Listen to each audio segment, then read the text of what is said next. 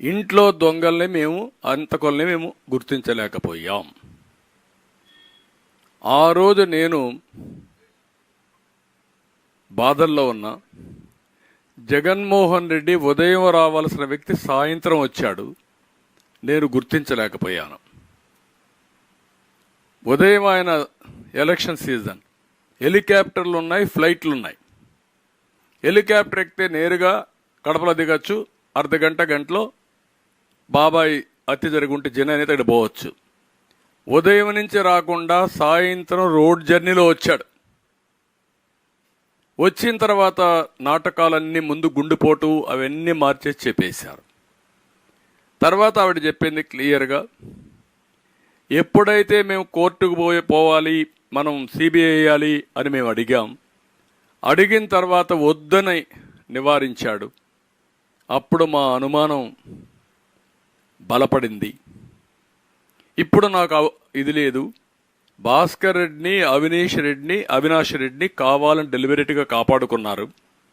ఇందులో జగన్మోహన్ రెడ్డి, భారతిరెడ్డి,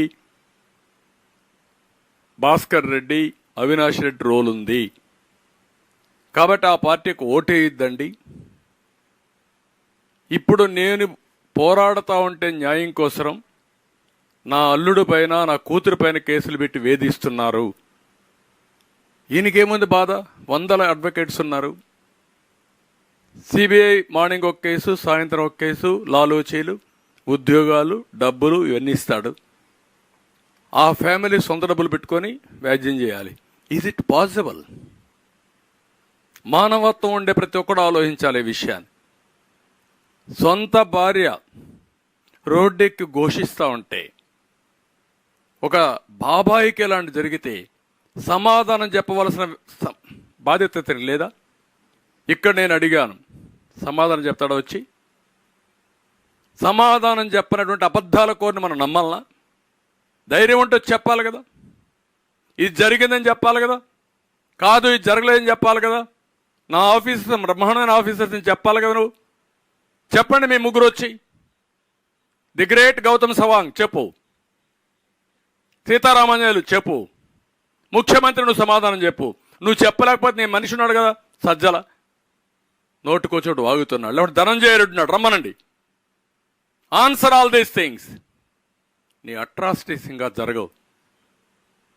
ఆ విధంగా అడ్డుకుంటున్నామని మా మీద దాడుల, మా మీద నీచమైన ఆరోపణలు పెడతారా సోషల్ మీడియాలో? 5 రోజుల నుంచి వస్తున్నాయి. ఎవరైనా ఒక్కరు వచ్చి మీరు చెప్పగలిగారని నేను సమాధానం అడుగుతున్నా, నిలదీస్తున్నా.